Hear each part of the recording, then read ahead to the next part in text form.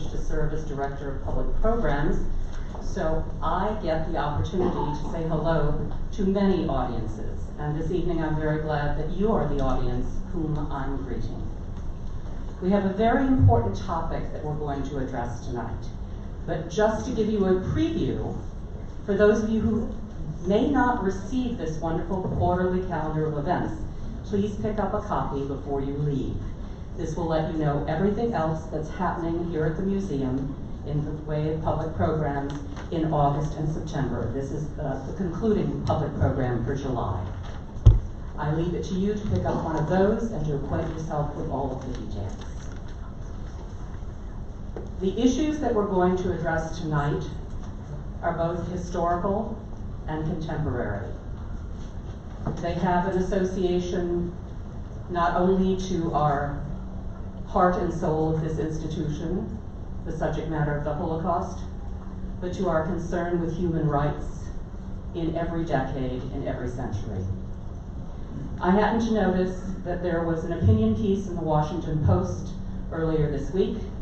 It's actually on the 22nd of July, written by a young woman named Catherine Rampel. And in referring to the U.S. immigration policies of the 1930s, she wrote, "The immigration system in place then was structured not around compassion or other abstract concepts such as morality or equity, but on a determination of which people were believed to be most economically and culturally advantageous to the United States. Our moral obligations to the world through asylum and refugee policy were only legally formalized in the post-war years, after the Holocaust and the U.S. immigration system's complicity in it shocked the conscience of many Americans." I share that with you because I feel and I hope it's an appropriate lead-in to the wonderful discussion we're going to have tonight. Let me share with you a little bit of information about our panel members. I'm going to try to refer to them in order from your left to right. Okay? Congressman Steve Israel, 2001 to 2017, Director of the Cornell University Institute of Politics and Global Affairs, and acclaimed novelist of the following two titles, The Global War on Morris and Big Guns. He left Congress in 2017, having served as House Democrats' chief political strategist between 2011 and 2015 as chairman of the Democratic Congressional Campaign Committee. Mr. Israel is a regular political commentator on MSNBC.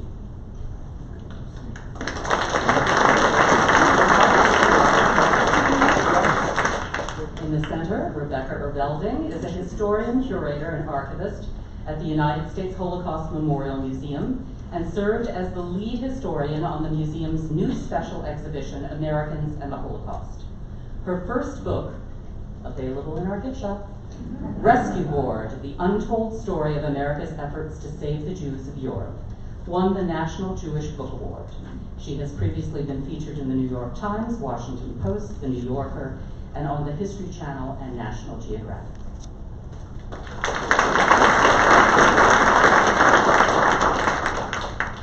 Dr. Zahir Salul is a critical care specialist, associate clinical professor at the University of Illinois.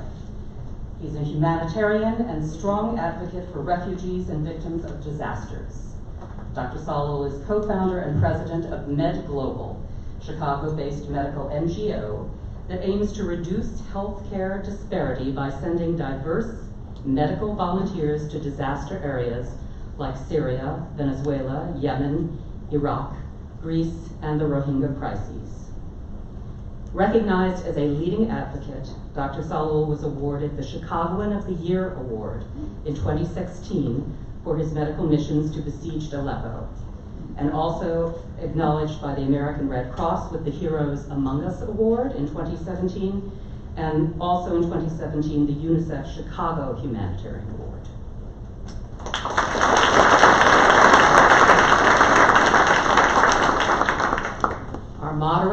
Richard A. Solomon, Executive Committee member of the Illinois Holocaust Museum's Board of Directors. He still works full-time, and if you look at the timestamp on his emails, I don't know when he sleeps. He's the CEO of Vantage Point Consultants and is the long-standing chair of our museum's Education Committee. And I'll be turning the lectern over to Rick so that he can get the proceedings underway. Thank you for joining us tonight.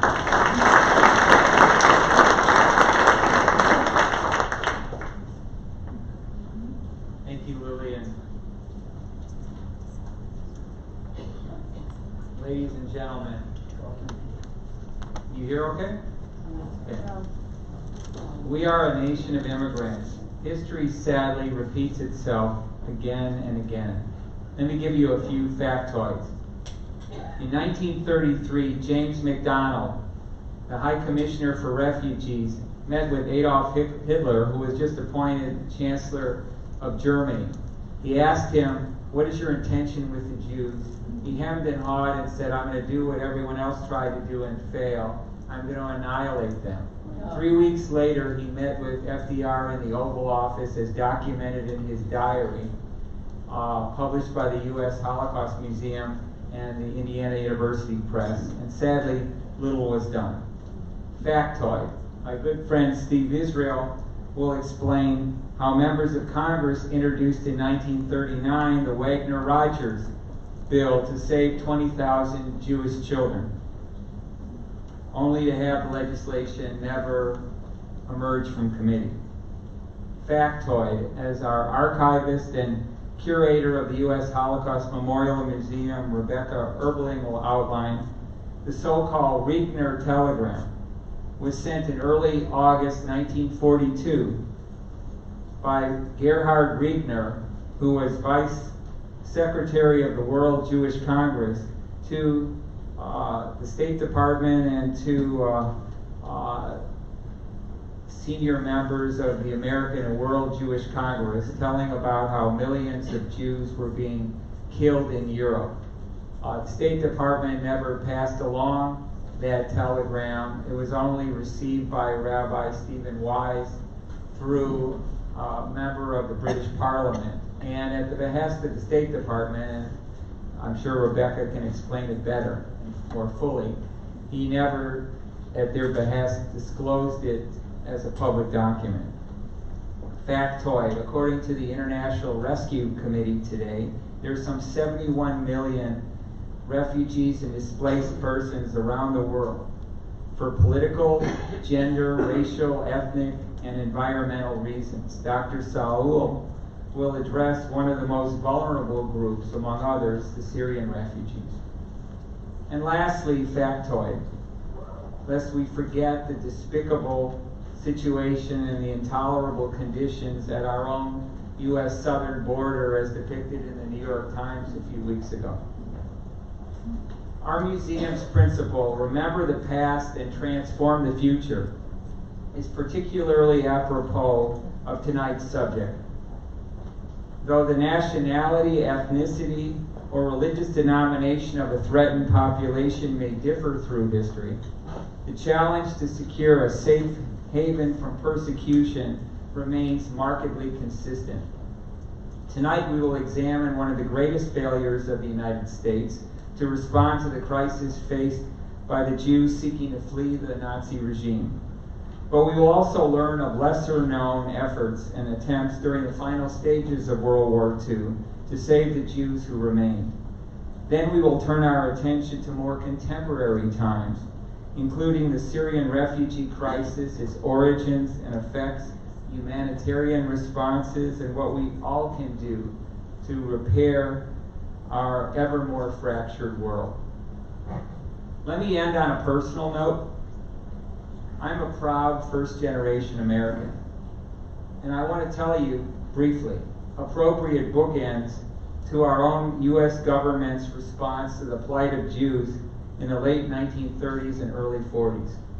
My maternal grandparents, I should say, my grandfather was president of the Austrian bank, the Kreditanstalt, and when their Viennese apartment was ransacked by the Gestapo, and an inkwell was thrown against my grandmother, breaking her finger. She went to the U.S. Embassy and sought employment. She had an affidavit to come to the United States.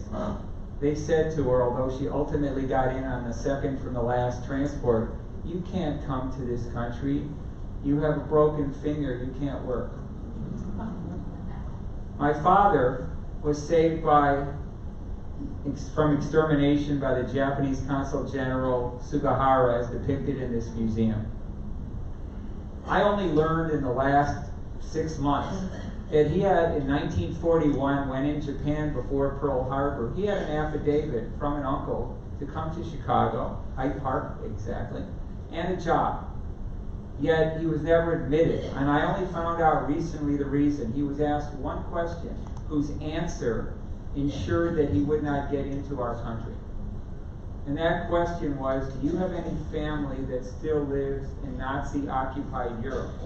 To which he honestly answered, yes, my sister, who, by the way, he was no longer in touch with, who died in Auschwitz. Yes, my parents, same story. And they said, well, you can't come into this country. You're a national security risk because your family could be, even though you're no longer in touch with them, tortured. You could be blackmailed, and you could be a Jewish spy for the Nazis. That's a true story. On that sober note, let me please turn it over to Steve Israel. Thank you.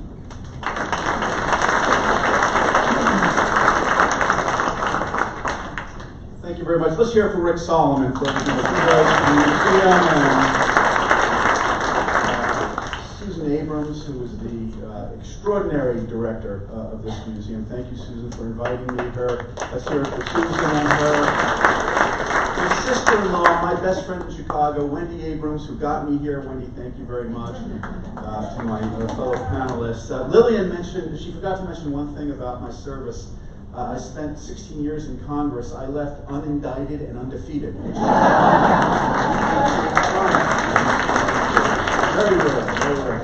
I want to start this true story by giving you a true preface. I want to tell you about the worst vote I ever cast as a member of Congress. The vote that still makes me toss and turn at night, the vote that I was ashamed of and continue to be ashamed of. When you leave Congress, you reach a new level of honesty. It was a vote in November of 2015. The Obama administration had proposed to bring in 10,000 refugees from Syria and Iraq. And this was shortly after the Charlie Hebdo massacre in Paris.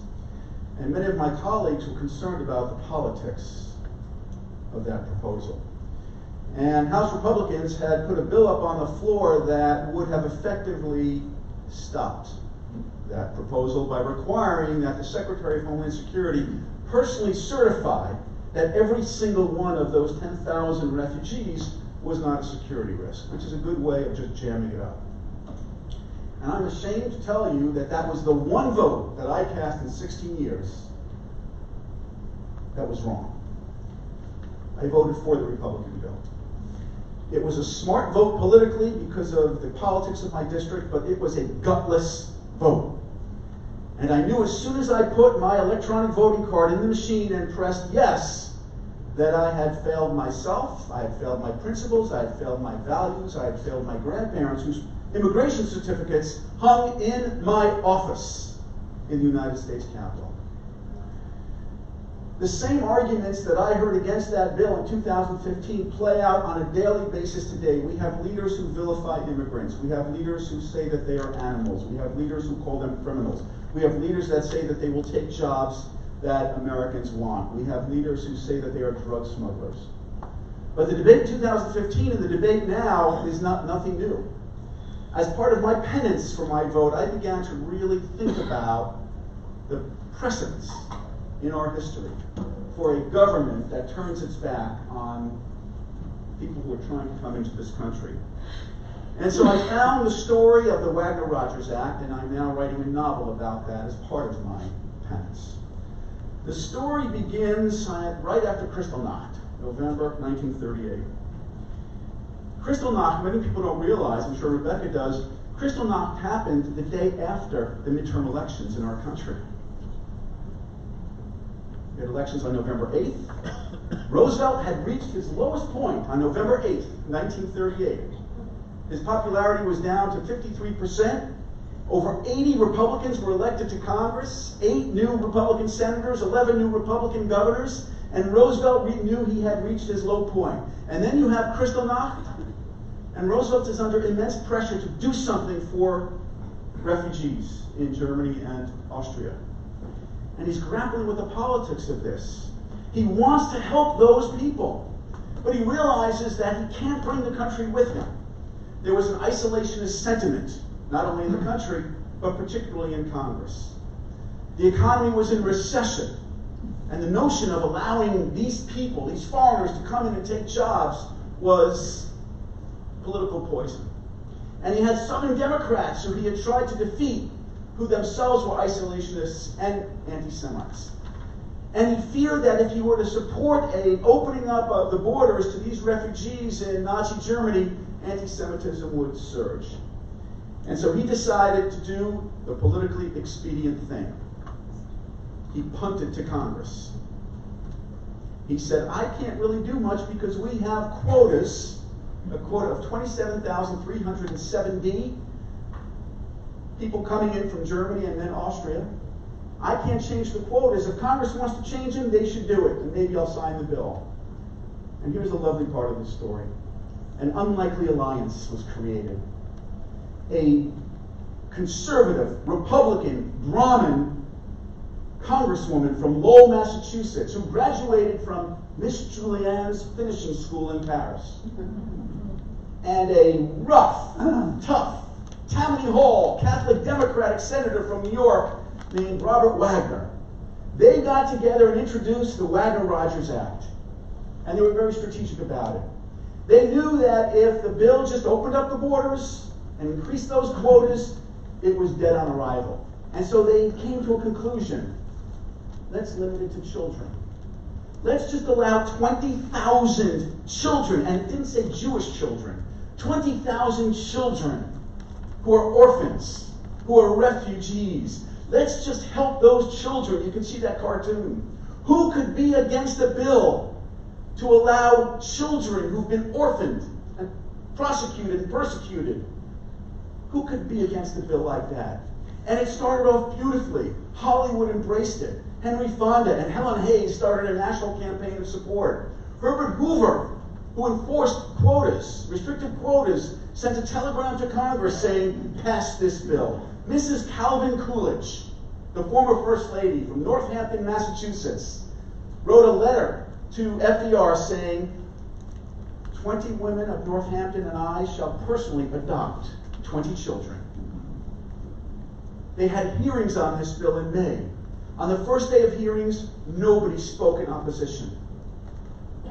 It was so optimistic that the Jewish Journal of Wisconsin, newspaper in Wisconsin, predicted that the bill would pass because it was riding on the crest of a wave of popular support. And Roosevelt thought, okay, we're in good shape. Looks like Congress is going to do this. But then the other side mobilized. There was a senator named Robert Rice Reynolds, Southern senator from North Carolina, virulent anti-Semite. When he saw the momentum that the Wagner-Rogers Act had achieved, he said on a radio show that he will, quote, filibuster it to death. When he was asked why he opposes children coming into the United States, he said on the floor of the Senate, get this, if I had my way, I would build a big, beautiful wall on our borders. He said these people are going to take jobs that we can't afford to lose. 1 week before the Wagner-Rogers Act was considered in Congress, there was a poll by Roper. 83% of Americans opposed a bill to allow children to come into the United States. So it's not just the issue at the top in Congress, it was us as Americans who disfavored this. Roosevelt grapples with this. He says, Will Congress, he's under tremendous pressure, and I know I'm going to wrap up in a moment, under tremendous pressure by Eleanor Roosevelt and by Frances Perkins, the Secretary of Labor, to endorse this bill. If Roosevelt wanted this thing passed, all he had to do was say, I support it. And he's grappling with this, and he asks his advisors, would it help if I supported the bill? And one member of his cabinet, actually no, it was Vice President Garner, said, Mr. President, if Congress had to vote on this bill in secret, they would all vote against it, and they might even vote to ban immigration completely. In July, a second round of hearings were held because the bill was in trouble. By then, the Allied Patriots Society and other organizations had mobilized and began to single-handedly pick off support from members of Congress. The hearings that were held, the second round of hearings, were almost unanimous in opposition to the Wagner-Rogers Act. By then, the tide had turned. A New York Congresswoman, Democratic Congresswoman named Carolyn O'Day, wanted to know where Roosevelt stood on the bill. So she sent a letter to the White House. What is the president's position on Wagner-Rogers? Today, in the archives of Franklin Delano Roosevelt, that original memo to the president saying, Congresswoman O'Day seeks your opinion, what is it? Scrawled on the top of that memo are the words, file, no action, FDR. In a feat that only the United States Congress could accomplish,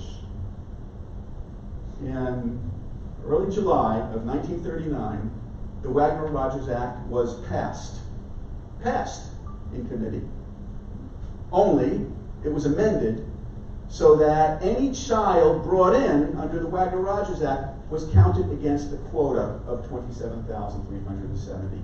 In other words, they voted for it before they voted against it. In other words, they could take credit for passing this bill, and at the same time, they killed the bill so horrifically that Robert Wagner withdrew his support for the bill because it did nothing. Final point on this. We failed in the 1930s. I failed in my vote. But it's never too late to get it right. I devoted myself to getting it right. On the walls of my office in Washington, D.C., I told you I had the original immigration certificates of two of my grandparents, Myron Kuznitsky and Ray Volovitz. And their pictures were on those certificates. When I had a tough vote, I would look at those pictures and I would say, okay, what would make you foul? What should I do here? What would give you nachas? I told my colleagues nachas was a parliamentary term. And when I looked at those pictures, I see eyes that saw the most unimaginable fear. Eyes that saw poverty and pogroms and persecution and prosecution. Our family narrative tells us that my grandmother's eyes saw her father murdered by Cossacks in Kryluki, Ukraine. But I see something else in those eyes. I see eyes wide open to the hope and the opportunity and the beauty of the country that they came to. My grandparents never would have thought that they would have a grandson who would look at their pictures in the United States Capitol. But they must have believed that if it was possible anywhere, it was only possible in this country. Those are the values that we have to act on. Those are the failures that we have to correct. And I can't think of any time since the 1930s that cries out to us to correct those failures now. Thank you all very much.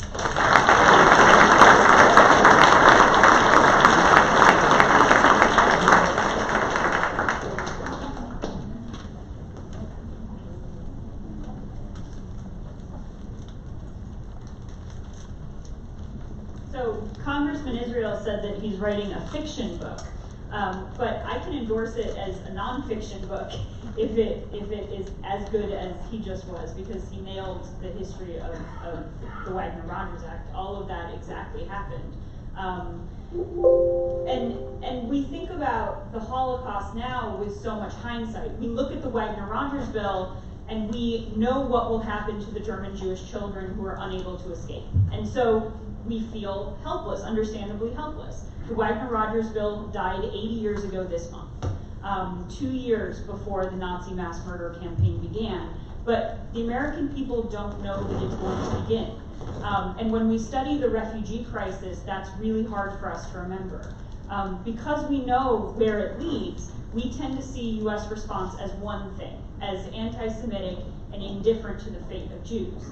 And to be clear, as the previous speakers pointed out, Americans are largely sympathetic to the plight of Jews, but not to the extent that it involves increasing immigration or bringing anyone, even children, to the United States. No matter how much information they learn about the Nazi persecution of Jews.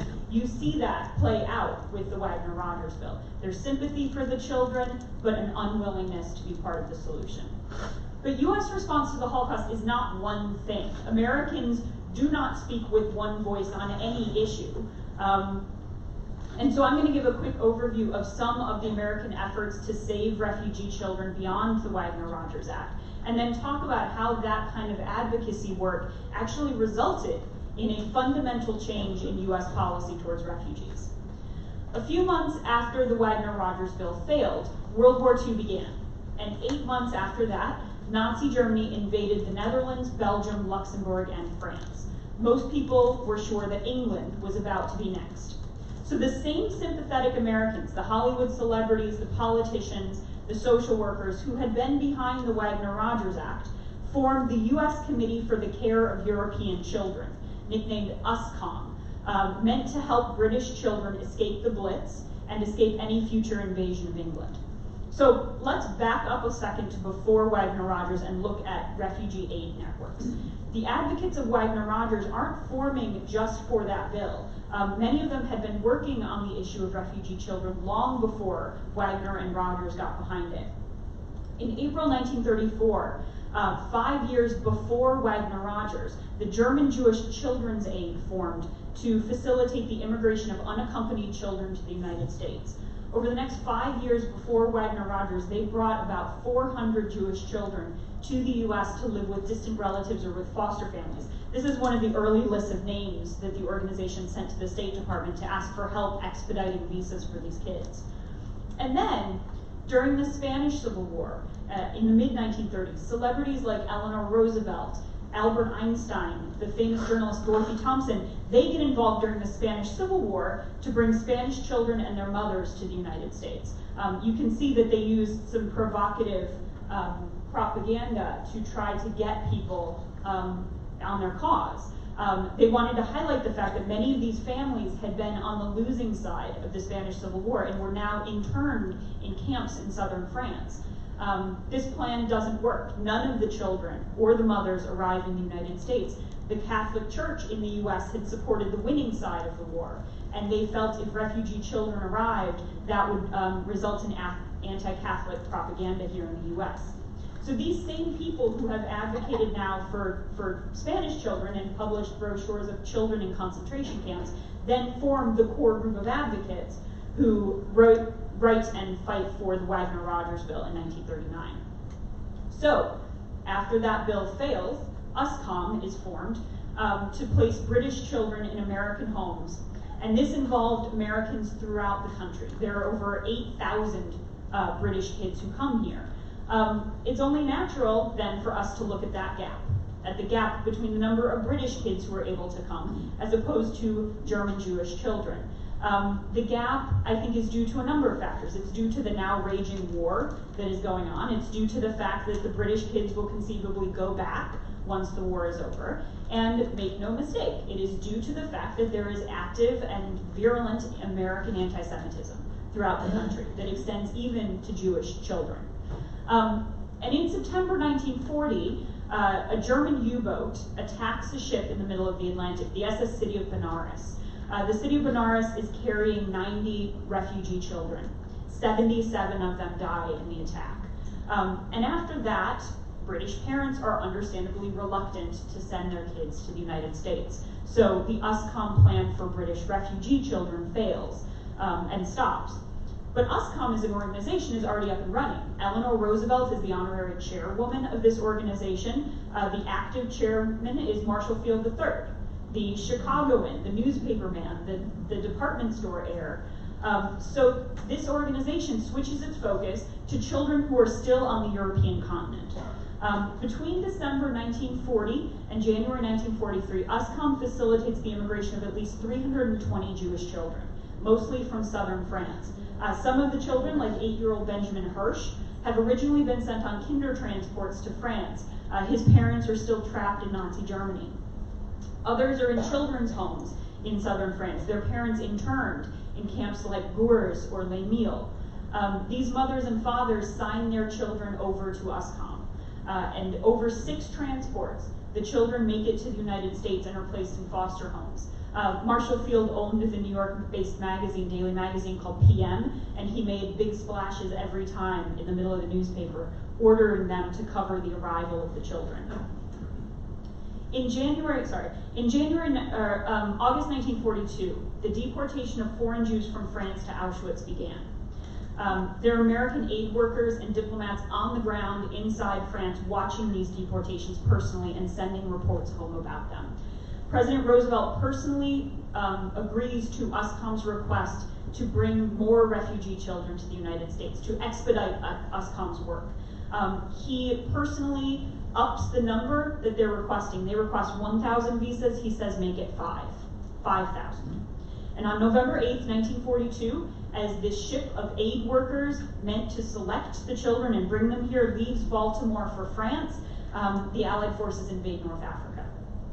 And in retaliation, the Nazis sweep south, capturing all Americans who are there and making the rescue of 5,000 children impossible. That month, November 1942, Rabbi Stephen Wise, the most famous rabbi in America, tells a reporter that the State Department has confirmed that Nazi Germany is instituting a plan to murder all of the Jews of Europe. For more than a year after that, in 1943, more and more information trickles out of Europe. Activists stage rallies and shows, including in Chicago Stadium, and they place full-page newspaper ads condemning the Roosevelt administration and the State Department for not doing enough. In October 1943, hundreds of Orthodox rabbis march on the US Capitol. Mass rescue at this point is impossible. Allied forces are thousands of miles away from the killing centers where most people are being murdered, but much more could have been done in this year where America knows what is happening and is not doing anything about it. By November 1943, so now a full year after the confirmation of the Holocaust reaches American newspapers, sympathetic members of Congress introduced what is nicknamed the Rescue Resolution. Like Wagner-Rogers, the bill was bipartisan. It was introduced in the House and in the Senate, and it calls on Roosevelt to create a commission of economists and military staff and diplomats to formulate ways in which the US can save Jews. While this resolution is pending, a group of young Treasury Department lawyers get involved. They had spent the fall of 1943 frustrated by the State Department's delays in sending humanitarian aid to Jews in Europe. And while they're writing a report complaining about the delays, the Treasury officials discovered that the State Department had personally, an Assistant Secretary of State, Breckinridge Long, had personally tried to stop information about the Holocaust from reaching the United States, saying that it was getting out to activists, and if activists don't know what's happening to the Jews of Europe, they won't protest. So the State Department writes a new report. It's originally titled Personal Report to the President on the Acquiescence of This Government in the Murder of the Jewish Population of Europe. It begins, one of the greatest crimes in history, the slaughter of the Jewish people in Europe, is continuing unabated. Unless remedial steps of a drastic nature are taken and taken immediately, I am certain that no effective action will be taken by this government to prevent the complete extermination of the Jews in German-controlled Europe, and that this government will have to share for all time responsibility for this extermination. On January 16, 1944, Treasury staff meet with Roosevelt and they convince him to issue an executive order creating a new government agency tasked with the relief and rescue of Jews and other persecuted minorities. It's housed at Treasury. It is manned almost exclusively by Treasury Department personnel, including led by 35-year-old director John Paley, who grew up in Omaha. And for the first time now, the US has a policy about the Holocaust. It is a policy of relief and rescue. And by the time the war ends, 17 months later, the War Refugee Board had saved tens of thousands of lives. The War Refugee Board quickly develops a strategy to persuade the Nazis and their collaborators to stop the killing and to try to rescue people who could still be saved, either by moving them away from Nazi territory if they're on the borderlands, or by keeping them alive as long as possible, deep inside Nazi territory. Since the board tries so many different ideas in dozens of countries, I'm going to just give you a couple of quick examples. The board launches a propaganda warfare campaign, informing Germans and their collaborators that they'll be punished after the war.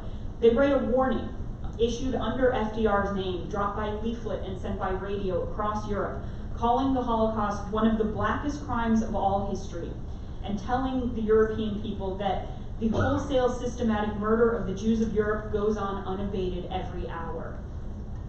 The War Refugee Board opens the Fort Ontario Emergency Refugee Shelter in Oswego, New York, and they bring nearly 1,000 mostly Jewish refugees from Allied-occupied Italy to live there. They represent 18 different nationalities. In arguing for the creation of the first refugee camp housing Jews on U.S. soil, board staff write that the Nazis, and this is a quote, must not be given the pretense of justification that the Allies, while speaking in horrified terms of the Nazi treatment of Jews, never once offered to receive these people. Although the refugee children there attended local public schools, they could not spend a night outside the barbed wire that surrounded the fort. The War Refugee Board sent 300,000 food packages into concentration camps in the final weeks of the war. If you've ever heard a survivor give testimony about receiving a food package, it was almost certainly paid for by the US government. They distribute a report to newspapers nationwide, giving Americans detailed information for the first time on the process of arrival, selection, and gassing at Auschwitz. This leads the Washington Post to introduce Americans to a new word, genocide. It's the first time that word is used in an American newspaper. And here's a picture of the food packages that should have been 2 slides earlier. So the War Refugee Board also entered into ransom negotiations with the Nazis. They sent Raoul Wallenberg, the famous Swedish businessman, to Budapest to issue protective papers to Hungarian Jews. They launder money into Sweden to get speedboats and guns for partisans, to rescue people out of Lithuania and Latvia and Estonia, and they help over 8,000 Jews escape Romania and Bulgaria to Palestine, and a whole host of other things, too many to detail here. The bottom line is that US response to the Holocaust is complicated and it changes because of activism. It changes because people knew enough and they put pressure on their government to do something about it. And so despite the fact that Americans in general and the US government in particular could have done so much more, as you see from the Wagner-Rogersville, there are still pieces of this history that we can learn from, and there are pieces that can and should inspire us today. Thanks.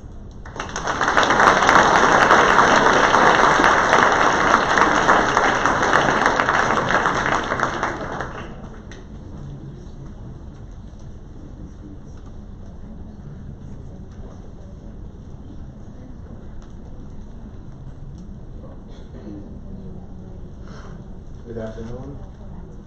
I'm really honored to be here, and especially that this is the second time in this week. Last week I was invited to share perspective about what we're doing in Betaglobulin in disaster regions with the educators, and I'm happy to be here. And it's very difficult to follow Congressman Israel and Rebecca. But I'm going to ask Rebecca first, why do we need to know about history? So that we don't repeat it. So we don't have to repeat it. Unfortunately, we repeat it often, right? Yesterday I was tweeting about one of the massacres that happened day before yesterday in the city of Idlib in Syria, where 66 people, in the city of Idlib in Syria were killed by an airstrike by the Assad regime and Russia. Some of them are children and women. And I said that never again is a joke. Don't tell us never again, because it's happening every day in Syria for the past 8 years, and we're doing nothing about it. Among us today is some Syrian Americans, and I'd like them to stand up just to recognize them. And this goes for the outreach. All of the Syrian Americans, I believe, the second generation. We have my family, and this goes for the outreach that Susan Abram and this institute have been doing to the Muslim and the Arab and the Syrian community.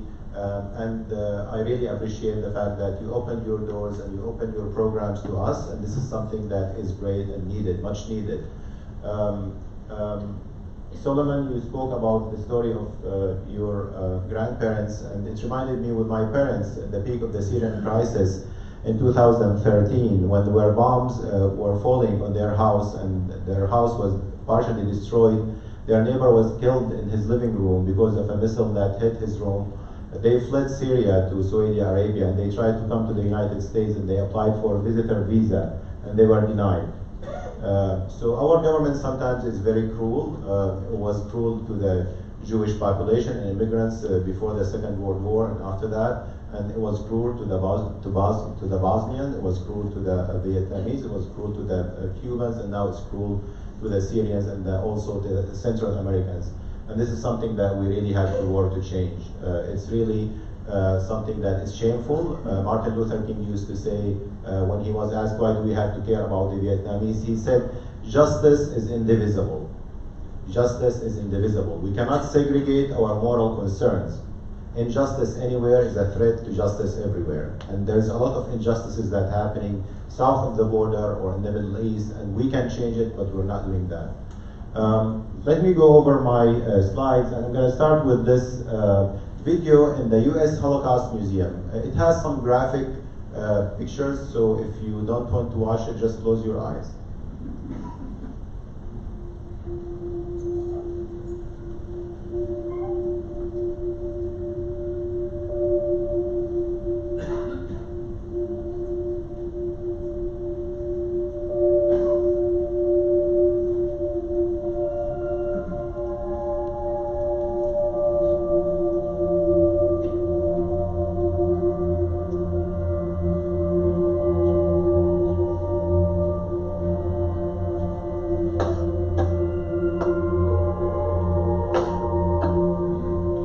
Right now they're being besieged and starved and bombed.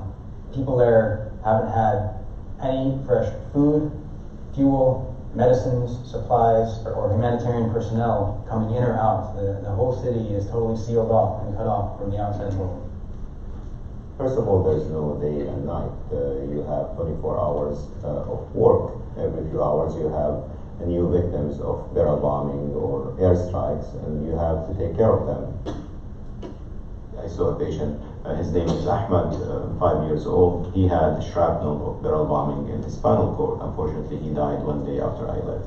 And this is one of hundreds of patients that the doctors and the nurses have to deal with every day. I've seen children pointing to the sky, and then you see this dot, which is the helicopter. And you hear the sound, the rumbling sound of the helicopter. And then this dot will throw another dot, and this is a barrel bomb. Barrel bomb is a big barrel that is stuffed with TNT and shrapnels, and it's thrown on a neighborhood. It is a weapon of mass destruction. It can destroy the whole block. And the only thing that you can do if you are a civilian and you are seeing this, that you can pray and run or hide. And they feel like they've been abandoned. They feel that for years no one's been listening.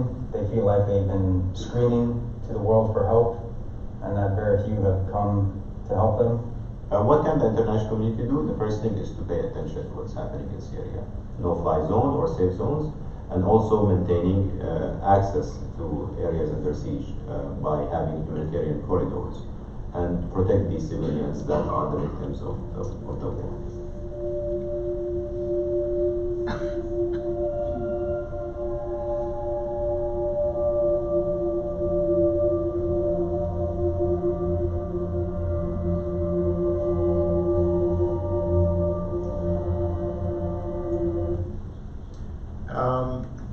There is a connection between the Holocaust and between what happened in Syria. 1 year before the Arab Spring started in Syria with the peaceful demonstration, this person died in Syria, in Damascus. His name is Alois Brunner, who was a Gestapo officer who fled Germany after the war to Syria. And he advised the Syrian government on starting their torture program in prison. I invited one of the victims of tortures, actually, who is a refugee right now, who's living in Chicago. He's a physician who was taken by the Assad regime to detention camp, and he was put in a small room, 12 by 15 feet. There were 70 prisoners in that room, and he was tortured every day. Fortunately, he survived. He said every week there's 2 or 3 people who died in his cell of unknown causes, sometimes just because of extreme beating, sometimes because their heart stopped, sometimes because they developed infection, and sometimes they just became in shocking situation and they died. He lost, when he left the prison, 50 kilograms. And I'll show you some of the pictures of the torture in Syria. But this guy was behind starting the torture program in Syria. He's one of the Gestabos who also overseen the killing of 128,000 European Jews in the concentration camps. The U.S. Holocaust Museum has an exhibition on the victims of torture in Syria that is happening. One of the officers who was taken the responsibility to take pictures of the people who died because of torture. And the Syrian regime was very meticulous in taking pictures and numbers and names of the victims of torture who died. And this guy smuggled 20,000 pictures of people who died in the last 6 years in Syria. And they were shown in the U.S. Holocaust Museum, 20,000 people who died because of torture in Syria. And these are some of the pictures. And you can see what happens in the prisons in Syria. And this is happening every day, according to Human Rights Watch and other human rights organizations. There are 128,000 people, prisoners in Syria, who no one knows about them and no one has access to them. And Dr. Firas, who is the husband of Rehab, if you can stand up, she's a refugee from Syria who settled in Chicago. She came 4 years ago. She had a baby here in Chicago. His name is Zain. He's 2 years old. She finished her degree in engineering and quality of improvement in Chicago. And she is safe with her husband, Firas, Dr. Firas, who's preparing his board to enter training and residency. So that's what happens when we open our doors to refugees. They start new life. I think you mentioned about the Kindertransport that was supposed to happen in the United States, but it happened in the UK. And 10,000 Jewish children were saved in the UK. Many of them became prominent politicians, artists, authors. 4 of them were Nobel Prize laureates. So when we open our doors to people, we create to them a lot of opportunities, and some of them will help us, improving our economy, improving our culture and cuisine and so forth. And that's what's happening in Syria. There's 1 million Syrian refugees in Syria. Germany has very boring cuisine, and now they have all kinds of Syrian with all respect.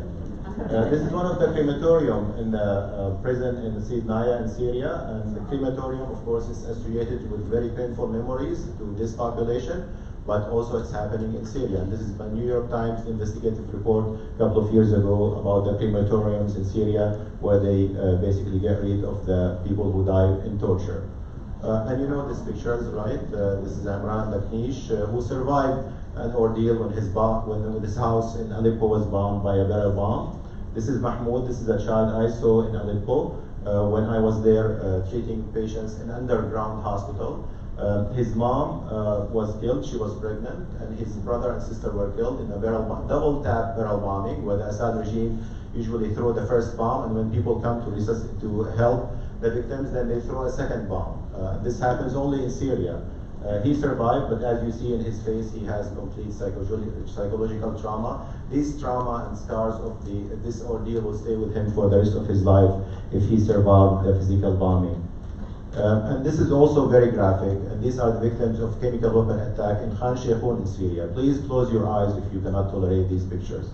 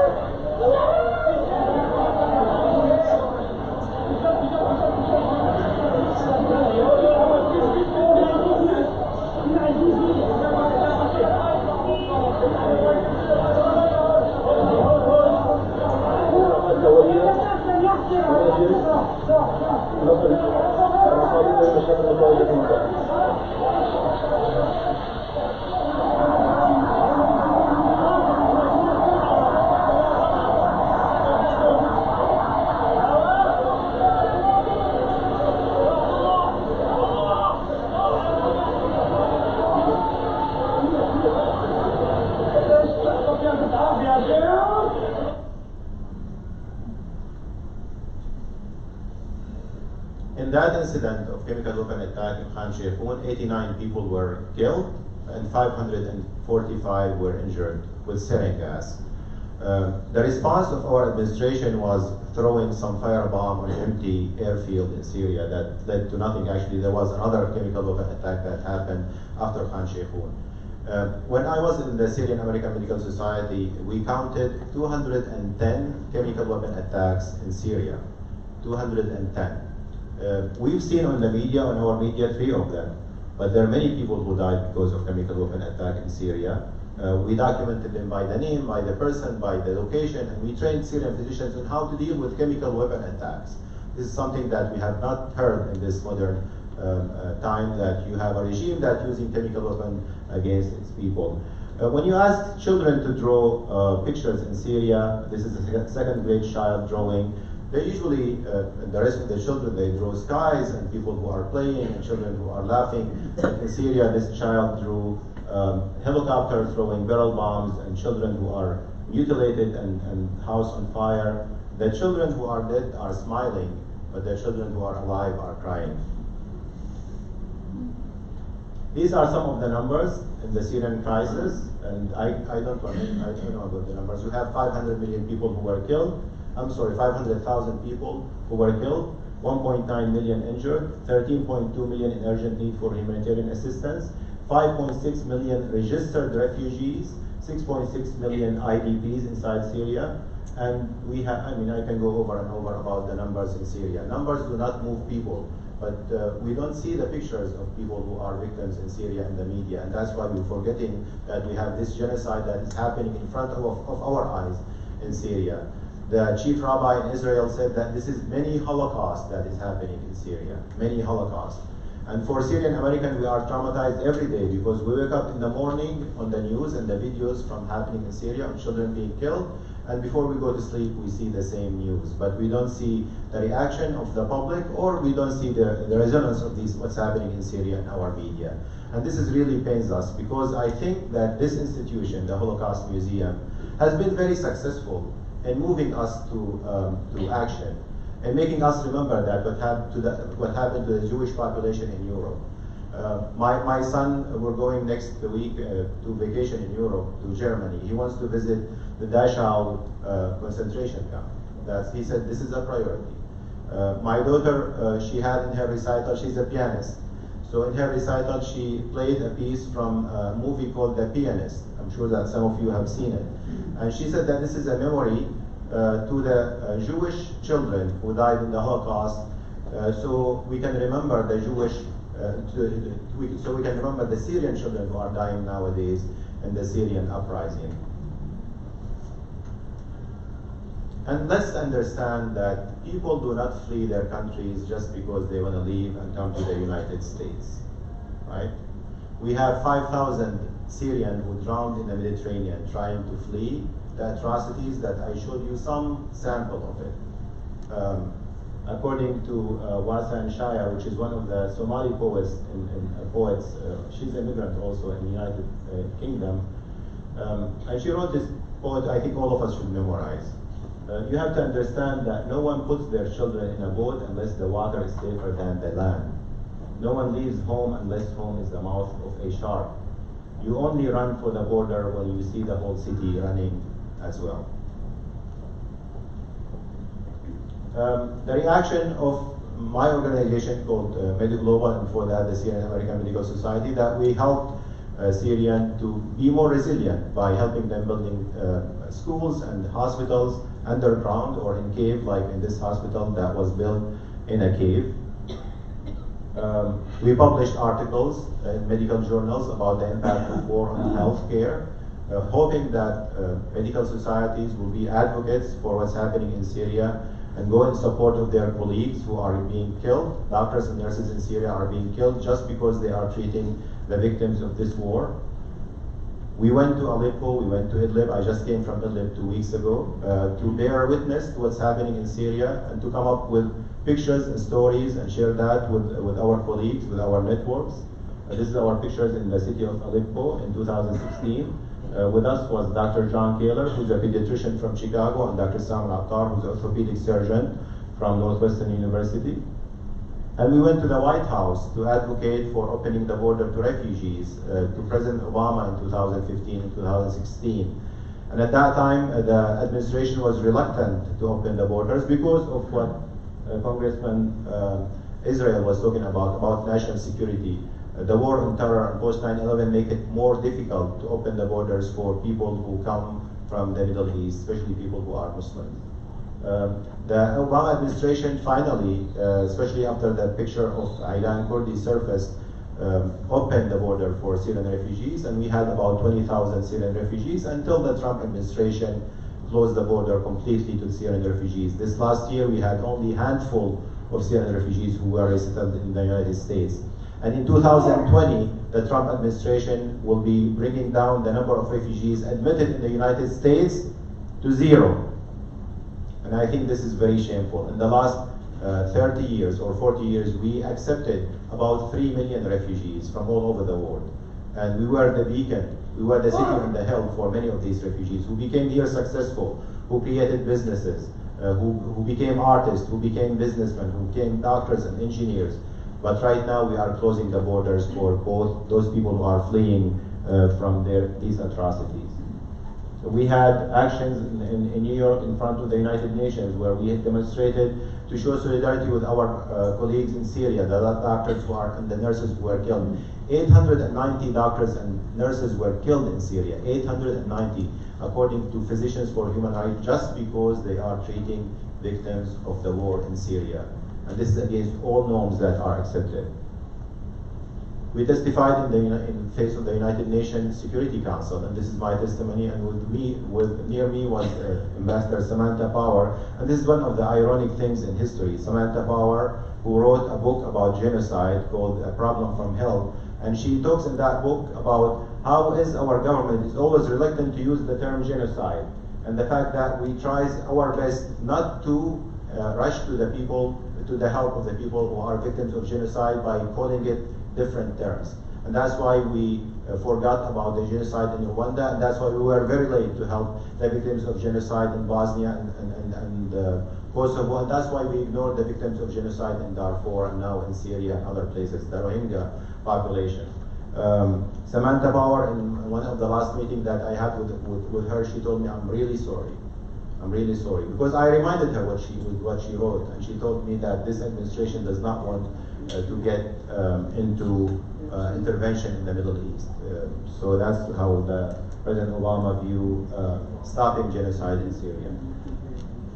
Thank you very much.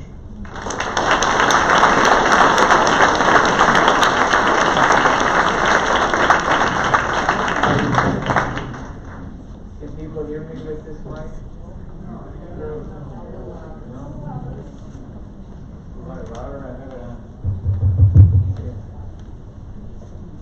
All right, let us start because I want to have audience participation too. And let me just say that Skokie, given where we are, I saw signs all over Skokie today, and my family lived in Skokie. Skokie welcomes everyone. You know, a great line. So Steve, let me start with you, and I think all the presentations were great. You know, given that you are undefeated and that you were unindicted, indeed, this should be a softball question, if I may. How do we break the massive gridlock in Congress today on immigration reform?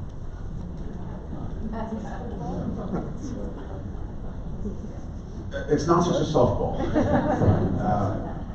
Look, it's not just immigration. Virtually every issue before the United States Congress is blocked or inhibited by one thing, and that is this thing called congressional gerrymandering. That is the one problem that has created the polarization that we're experiencing in Congress. So I'll explain it in 90 seconds or less. There are 435 congressional districts in the United States Congress. Most of them, in fact all but about 70, have been drawn by a political party to protect the incumbent in that party. And so here in Illinois and in New York and in many other states around the country, if you have a Democratic administration in the state capitol and you're a Democratic member of Congress, you will have the folks in your state capitol draw you a safe Democratic district. And if you are a Republican member of Congress in a very red Republican state, you will have your governor, your Republican state legislature draw you a nice safe district. Well, the problem with that is that now you have far left districts and far right districts. And so the typical member of Congress doesn't wake up in the morning, if you're a Democrat, fearing a defeat by a Republican, and if you're a Republican, you don't wake up in the morning fearing a defeat by a Democrat. You fear a primary. You fear that somebody is going to run against you from your own party. You all remember a congressman named Eric Cantor, the only Jewish Republican in Congress at the time.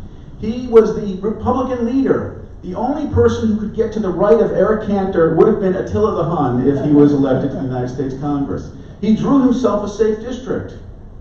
It was so safe that it became so conservative that he was defeated in a primary because Republican voters thought he was too liberal. And that became the canary in the coal mine. And so today, for many members of Congress, the thought of voting for a compromise on immigration reform is toxic. They can't vote for immigration reform if you're a Republican in a far-right district. You're going to lose in a primary.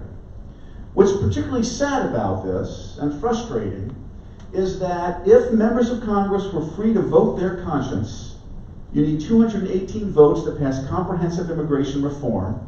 If members of Congress were free to truly vote their conscience, there'd be, in my estimation, 250 to 260 votes to pass comprehensive immigration reform, which would mean strengthening our borders, creating a path to citizenship for those who are already here.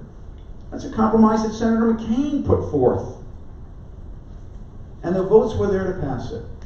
But in this toxic political environment, because of gerrymandering, because of the polarization of Congress and the polarization of our communities, it's going to be very difficult to get the House and the Senate and a president to sign any kind of immigration reform. Particularly, I know this is a nonpartisan setting, but if you were here today, President Trump would say, I will not sign any kind of immigration bill unless it's to kick people out.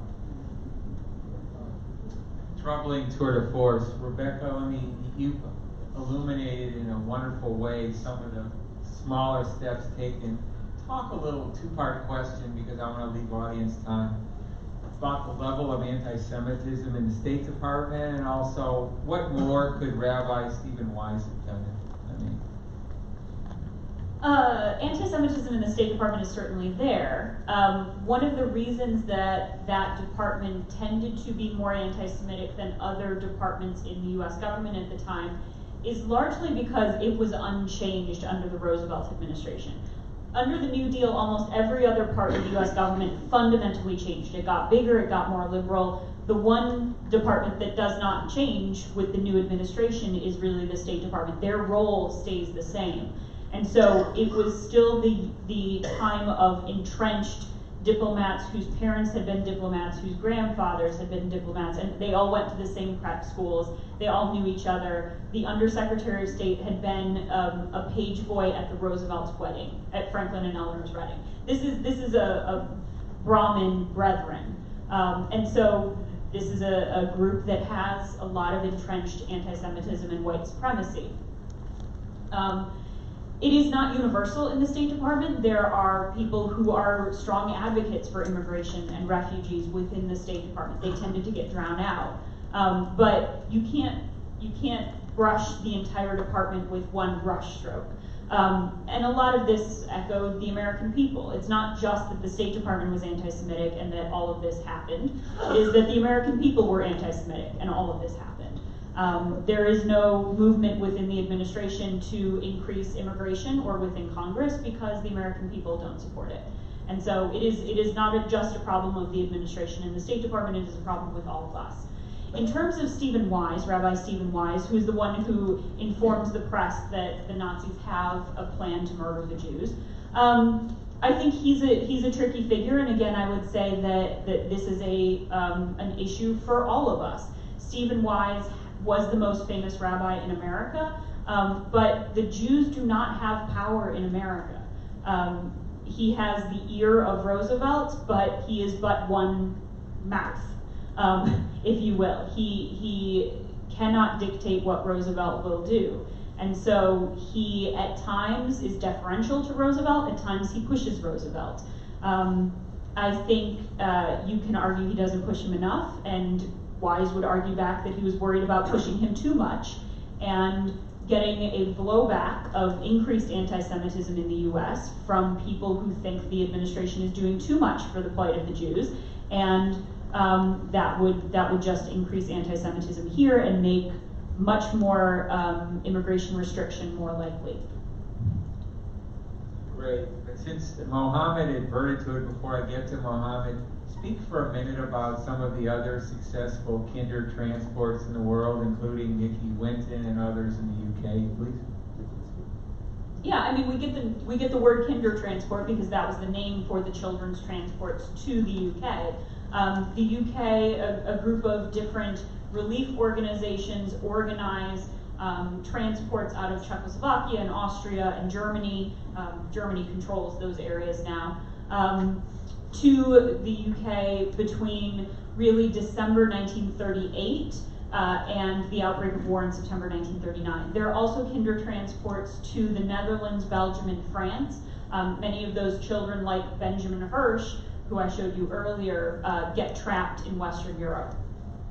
And so not all Kindertransport children make it to the UK. But that is certainly what Eleanor Roosevelt argues that the US should emulate. When she speaks out in favor of the Wagner-Rogers child refugee bill in the US, she says that England, France, and the Scandinavian nations are doing their share. And she argues to a reporter that she thinks we should too. The Wagner-Rogers bill was the first piece of legislation that Eleanor Roosevelt spoke out in favor of as First Lady. And she is urging the US to emulate these things that are successfully going on, rescuing children.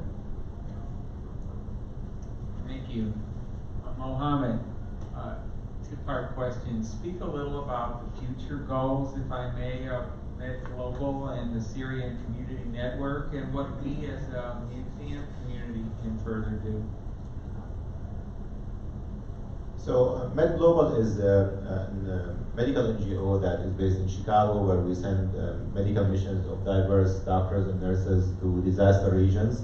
So just 3 weeks ago, we had 14 members team of doctors and nurses.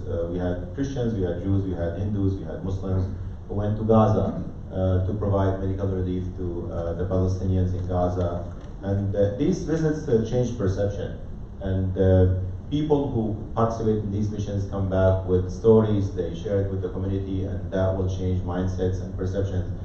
You know, the perception that I and many had on Gaza, that it's going to be poor, going to be dusty, and people are cooking bombs on their tables. Actually, when I was saying that I'm going to Gaza, someone said, let them stop throwing bombs to Israel. When we went to Gaza, we saw actually people who are very hospitable. We did not see any signs of militancy in the street. There's more militancy in other parts of the Middle East than Gaza itself. People were very welcoming. They shared with us their meals. They were very appreciative of American physicians coming to them, Jews, Christians, and Hindus, and Muslims, and was very nice and fulfilling mission.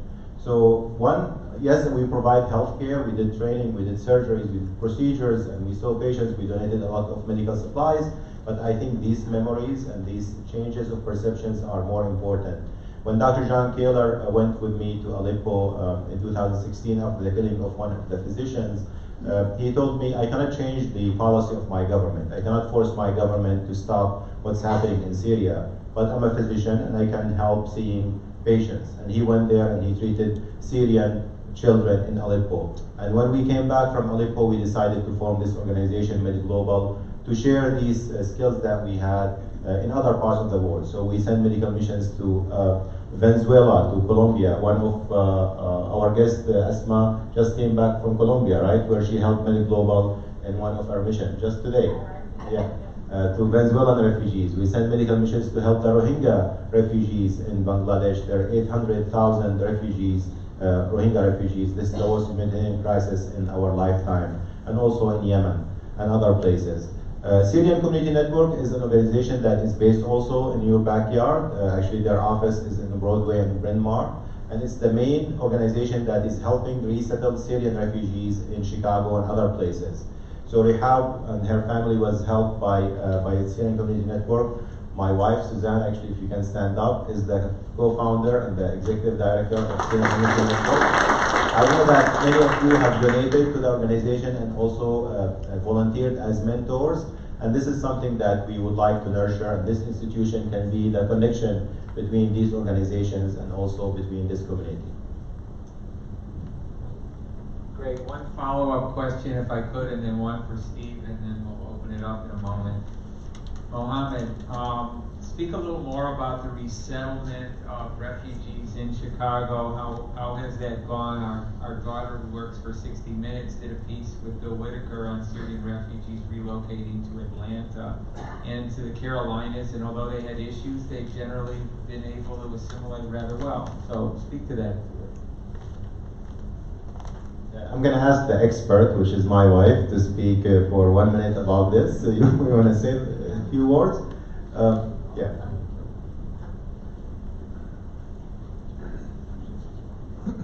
Hi everyone. I wasn't expecting to speak, but so my organization serves about 230 families in the Chicagoland area. We help them with case management, after-school programming, women's ESL, family well-being program, and a few other programs at our office. Many of you, or some of you, have come to our office actually and are mentors through our mentorship program to help the families in their adjustment.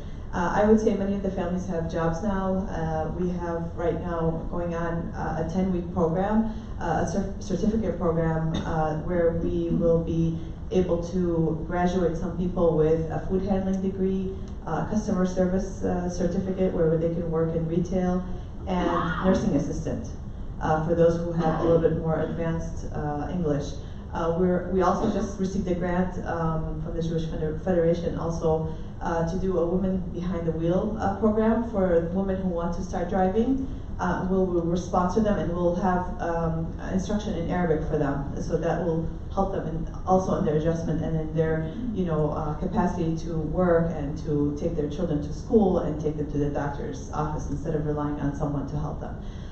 So giving the tools to be empowered, I think, is the most important thing. And I would say most of them are adjusting very nicely, like Rehab, who just recertified in engineering. I'm so proud of her. And her husband now has his exam to recertify as a physician. And they are really model newcomers who have been here in Chicago, have been welcomed by so many people, and have really just been a force to deal with. And this is the beautiful face of the refugees who we were trying to block from coming to the United States. I'm so happy that they made it here.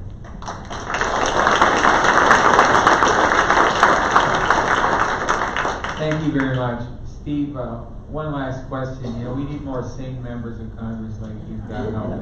That's really true.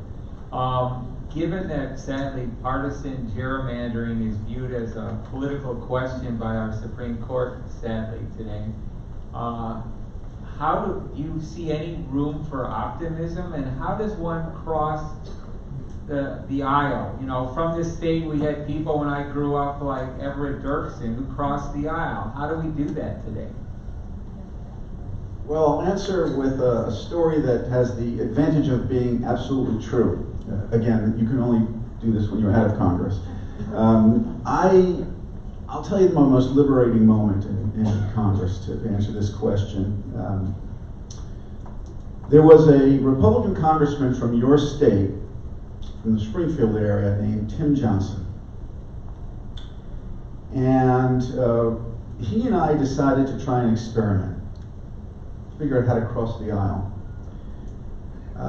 I'll tell you the genesis of this. If you want to understand why Congress is so dysfunctional, then you need to go to the parking lot of the United States Capitol building after the last vote of the week, when 435 members of Congress just stampede through one set of doors, down the steps, get in their cars, go to the airport, fly home. And on one occasion, I was in a rush to get back to my district in New York, and there was a guy who was just moving way too slow for my own taste to get out. And so I I pushed those doors. These are bomb blast-proof doors. They're heavy. I pushed the door open, and it caught Tim Johnson's cheap shoes and put a gash in them, and he fell and said, "Ow!" And being a New Yorker, I just looked at him and said, "Yeah, I'm in a rush, sorry." And I just kept going. And 2 weeks later, Tim Johnson and I were working out in the members' gym. And he was next to me. And I didn't realize who he was. And finally he says to me, "You don't remember me, do you?" I said, "No." He said, "Well, I'm the guy whose shoe you ripped. You made me bleed." And I said, "You got to buy more expensive shoes." And then we noticed something. In the members' gym, Republicans and Democrats get along just beautifully. They can play basketball, handball, paddleball, whatever it is. Beautiful. But as soon as you get in the elevator, press 2, get to the floor of the House, it's like we're a 4th grade assembly that's out of control. So we decided to try an experiment called the House Central Caucus. And I will conclude by giving you this one glimmer of optimism, how good it can be. Here was the deal. I chose 25 Democrats. Congressman Johnson, again from your state, chose 25 Republicans. We met on Monday nights for dinner at the Hunan Dynasty Chinese restaurant because it was cheap. Cheap Chinese food, everybody likes that. And we would bring a kitchen timer. And we pick an issue, Obamacare. Set it for 5 minutes. Scream at each other. You have 5 minutes to disagree. Then in the next 55 minutes, what can we agree on? You know what I learned from that experiment? Democrats and Republicans are going to disagree about 75% of the time. It's okay. There's a reason I'm a Democrat. There's a reason Tim Johnson is a Republican. The problem with Washington is that we spend all our time beating each other up on 75% that we're never going to agree on. And we forget that there's 25% that is common ground that we can pass. And if we pass that 25%, the country's going to be 100% better. Washington needs to focus on the 25% agreement and not continue to obsess on the 75% disagreement. And if Washington does that, there will be an immigration bill passed. It will be a compassionate, humane, smart, strong immigration bill, as long as we can continue to find that common ground. Here's to the 25%. I'm sure Senator McCain, looking down, would be happy for that.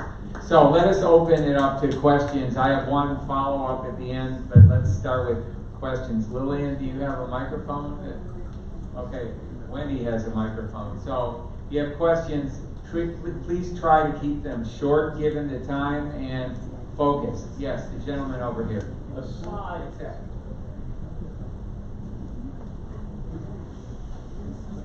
Assad was an ophthalmologist, I believe, trained in England. Whatever, and I believe took the Hippocratic Oath. Whatever happened after that? I'm writing a book about that.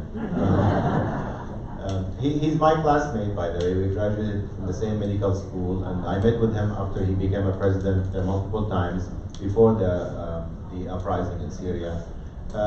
He's the product of his father. His father, Hafez al-Assad, who ruled Syria for 30 years, I'm sure that you remember him, was a very ruthless dictator. And he committed also massacres of his own in Hama in 1982, where he killed 20,000 civilians.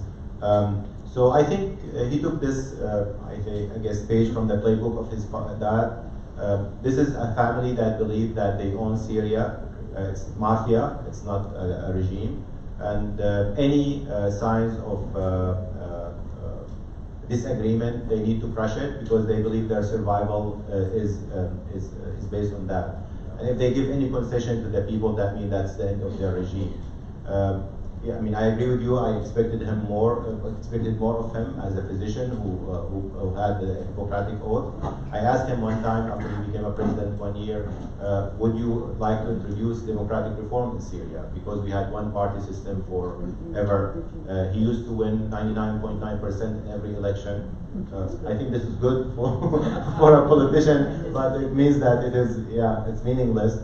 And he said, well, Syrians are not ready for democracy. So he does not believe in the people of Syria. Although Syrians, when they leave Syria, they become very successful.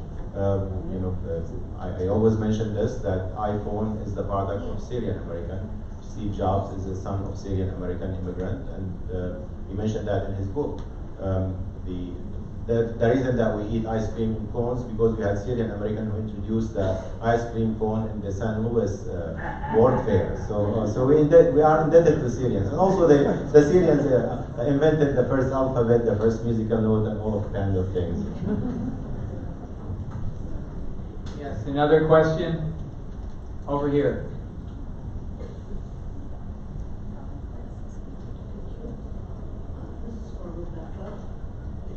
Talk into the microphone. I'm not good at using the microphone. Thank you.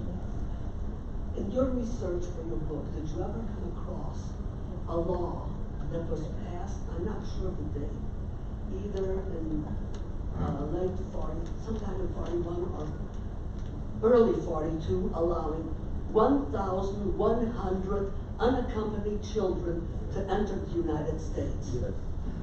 I am one of those children.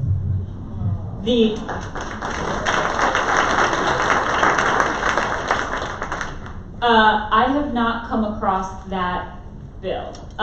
So there's a number of there's an organization called 1,000 Children that It's the informal name. Yeah, it's the informal name for this group of children who came unaccompanied to the United States, and it includes children who came as part of USCOM transports. I talked about the 320 USCOM kids who come, children who come under the auspices of German Jewish Children's Aid. There's ultimately about 800 of them.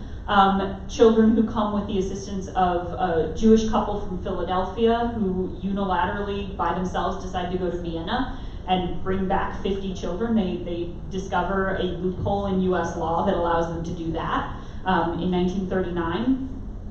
As far as I know, there's no law, but there is kind of solid effort to bring over all of these children, at least in a grassroots level, never really in a government level. Yeah. How old are you? Where are you from? Where'd you come from? Originally, I was born in Warsaw, Poland. In early 1934, my mother and I left Poland to join my father, who got stuck in Portugal. He left Poland, trying to emigrate to Brazil, most probably. And so we joined. It took him 3 years to be able to save money to send for us. So that's where we were when the war started. We got a lot of postcards from the ghetto, knowing what's going on. And in late 1942, a group of Quakers to whom the money had been given by the committee. Yeah, this is USCOM. So yes, this is the USCOM transport. Almost all of them are leaving out of Portugal because that's the only place where you can sail from. After June 1940, you have to be in Portugal if you want to get to the U.S. So that is literally the group that I was talking about and the transports that I was talking about. So you came unaccompanied? I came unaccompanied. Mm-hmm. The group of Quakers tried to land in France first, Mm-hmm. and were not allowed. So they went to the next open port, Lisbon. Yep. They went to the little Jewish community there, asked for a meeting. My father was called to the meeting, and they said, we have money given to us to bring children to the United States. 50 Give kids. us your kids. Yep. 50 My kids. father was one of the first to sign up. So in my talk, I talked about this group, this 5,000 group of 5,000 kids. That's that. So that must be the bill that you were talking about. Is the Quakers asking for 1,000? The Quakers who were working with USCOM. The Quakers were tasked by USCOM to choose the children. So they asked for 1,000. Roosevelt says 5,000. They sail November 8th, 1942. The transports from France are canceled, so they end up in Lisbon. They bring 50 kids from Lisbon in January 1943. I guess you're among them. And we were 25. 25. Oh, okay. And then sorry. A couple of months later, there were another 25. Right. At Yale University, one of the Quakers who headed that effort, I'm trying to remember his name, Bennett Schaffler, who would have been on the boat with you. In his papers at Yale University, I found photos from the boat. So I'm going to get your The contact boat is information. Serpa Pinto. The Serpa Pinto. That made, I don't know how many voyages back and forth. Yeah. Almost always loaded with. I think of the 6 transports, children's transports, I think 3 of them are the Serpa Pinto. But there are pictures of you on board. And there was a newspaper. And there was the PM magazine. That was not the transport, but PM magazine covered the arrival. Yeah, he took snapshots on board of the kids, and I don't think they've ever been seen anywhere because they were all wrinkled when I found them. But I have pictures of them, and maybe you're in them. Let me just. One more thing. Unlike the Kindertransport, those who happen to have parents still there, the parents were promised that once we arrive in the United States, a Jewish organization would take over our care. And that's exactly what happened. Can I ask you one other thing? Just because I have a theory that I want to test. Was your foster family in Chicago? No. I'm a recent transplant to Chicago. Okay. I was sent to St. Louis, Missouri. To St. Louis, Missouri. With others. And what is your last name? What does it start with? What letter? Eva Buchblätter Ozarowski. Okay. I wound up marrying a survivor of the Lodz Ghetto, Auschwitz, and a few other camps. So your maiden name started with B? B. Okay. What the USCOM transports did is they didn't know how to pair kids with foster families, and so they went alphabetical. They had a train going west, and so depending on what your last name is, that's where you ended up. And so they must have had a lot of B's for you to end up in St. Louis. If you were like a T or a U or a V, you'd be in San Francisco or LA. Because the other 2 that came with me were a brother and sister. The last name was Fox, W-A-K-S. Maybe it was American pronunciation. Thank you for all that. I just want to pick up very briefly on this. The Quakers are the hidden heroes of this entire story. The Wagner-Rogers bill was very much drafted by, organized by, mobilized by the General Secretary of the American Friends Service Committee, the Quakers, a guy named Francis Perkins, who had a very, Clarence, thank you, that's right, who had had a very close relationship with FDR, and he, as a Quaker, was able to go out and make sure that this national coalition of support for Wagner-Rogers was interdenominational, that he got labor involved, but he was able to get a bunch of Republicans and Democrats involved. He was the hidden hero. The Quakers were really hidden heroes in this entire episode, and they don't get the credit that they deserve. Yeah, that was moving. Thank you. We have time for one more question. I'll forego mine. Yes, the gentleman back here.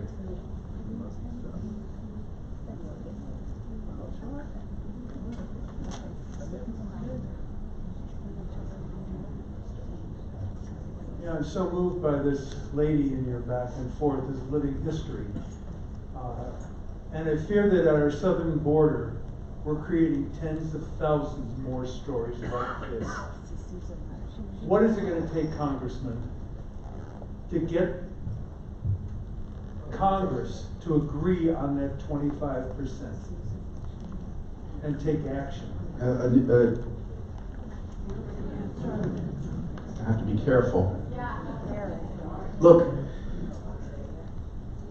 there is consensus in the House of Representatives to create a humane policy that consists of the following components. Number one, you've got a preposition. So rather than waiting for conditions to turn horrific, where people have to feel that they have to, escape the shark, as we saw, what you do is you make investments in education and policing and government reform and transparency. So you remove the incentives for a mom to take her children thousands of miles across a continent to enter the United States. You've got to do that. This president has slashed those investments, made the situation worse for those people, therefore incentivizing them to take that march. The second thing you have to do is we do have to strengthen the border. Most of the problem is not in these remote areas where you need a wall. Most of the problems are actually at ports of entry, where people are getting in who shouldn't be getting in. So you've got to provide more resources. You've got to provide more asylum hearing officers. You've got to have more immigration judges, etc. The House of Representatives would pass that today. The problem is you have a Senate that will not entertain a bill like that, and you certainly have a president who, by his own admission, would not support a bill like that. So if you want to change the policy, you've got to change the people who are making the wrong policies. It's just that simple.